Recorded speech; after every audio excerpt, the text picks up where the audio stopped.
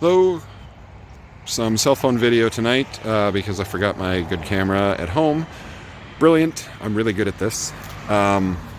So what I'm doing tonight is bringing my other car out here, and that was actually the reason for the purchase of the building for the most part.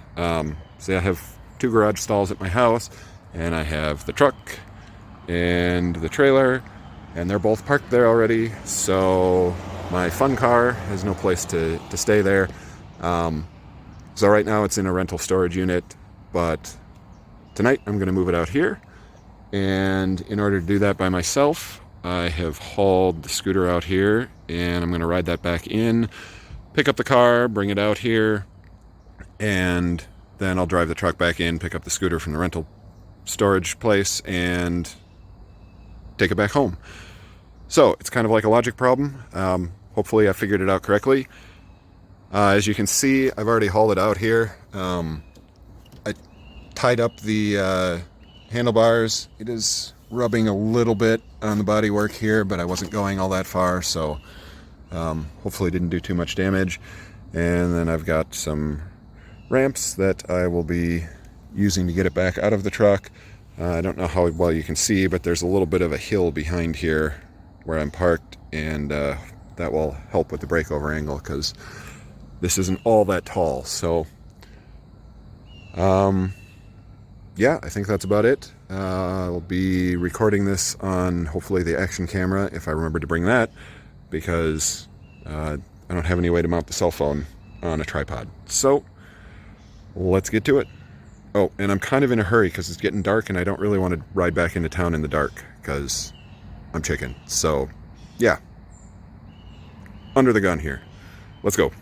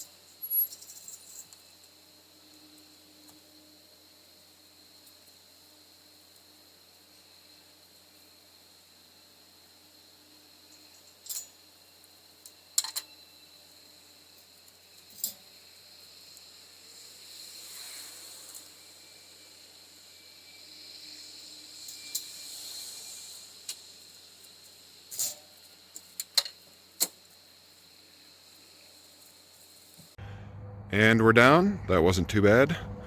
I am all geared up to ride.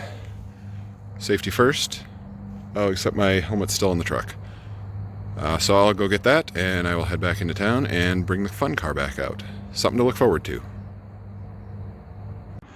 Well, that's not good.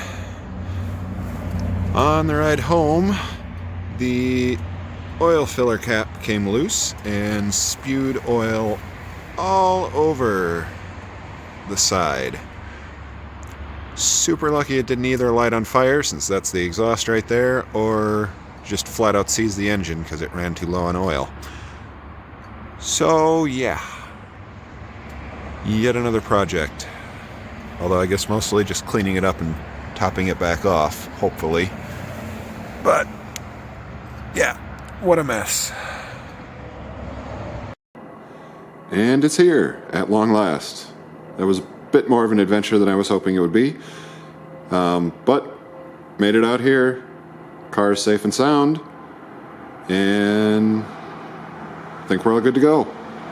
So probably the next thing I'm going to do is go ahead and get the garage door opener in the car programmed into the garage door opener in the building.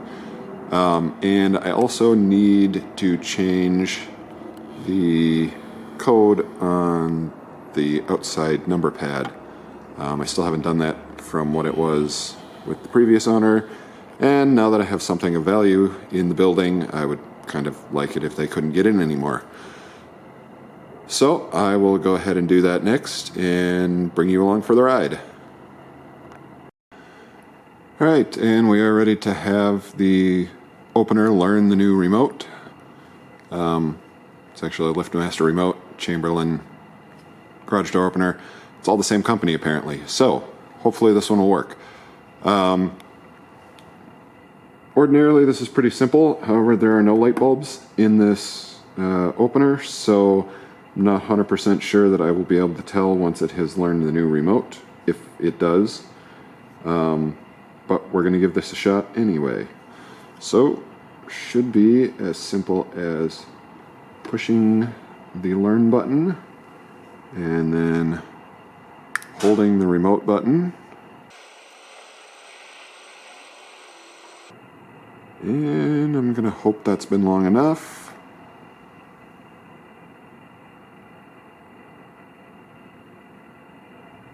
Maybe not. And maybe this opener isn't even compatible.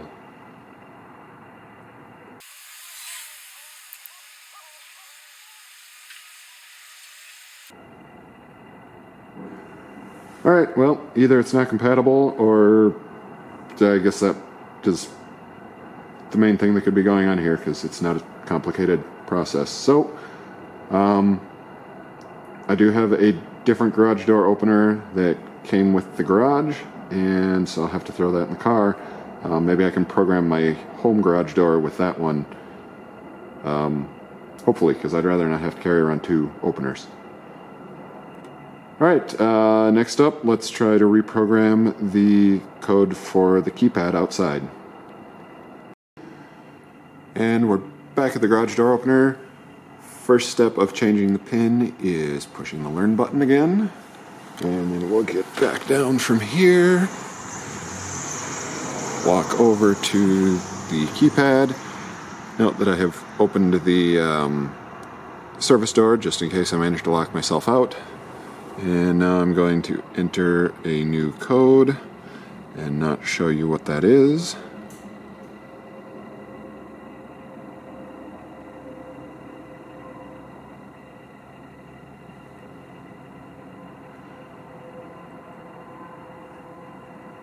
Okay. Now it did say you should hear 2 clicks if you don't have light bulbs installed. I only heard 1, so let's see if this works.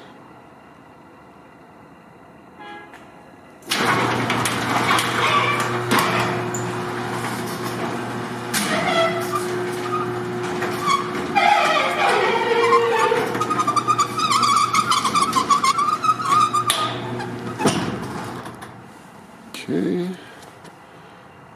Again, not showing you my new code.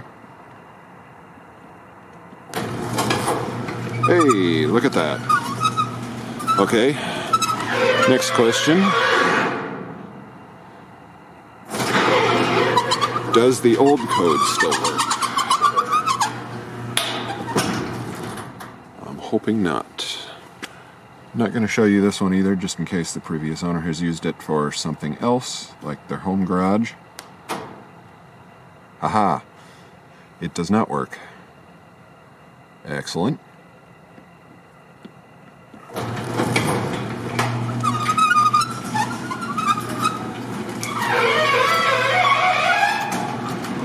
All right, we're as secure as we can be with a giant gap at the top of the door, as you may have seen before. So I'll walk over here, lock the service door again.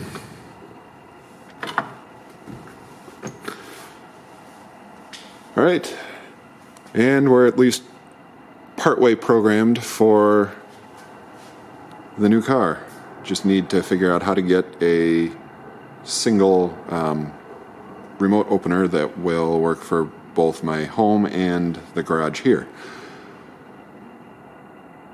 Oh, and also it occurs to me that I never really talked about the car too much. So I'll do that right now. This is a 2001 Corvette. It's the base coupe model, but it's pretty much loaded. Got the telescoping steering wheel and fog lights and the glass roof. Maybe you can see, not real well, but you can definitely look down inside of the car there. So yeah, it's a 5.7 liter V8, makes 350 horsepower. 0 to 60 is about 4.5 seconds, I think. I've owned it for 2.5 years or so now. Up until now, it's been living in a storage unit. I think I mentioned that before. It's got coming up on 76,000 miles on it now, so it's been driven, but not crazy high mileage. Oh, it's a manual, because that's really the only way to buy a car like this. I don't know what you're doing if you have one of these in an automatic. Okay, I'm being a little judgmental. There are probably good reason to buy an automatic, but none of them apply to me, so definitely manual. Yeah, don't have a whole lot else to say about it. Yellow, my favorite color, has pop-up headlights, super important.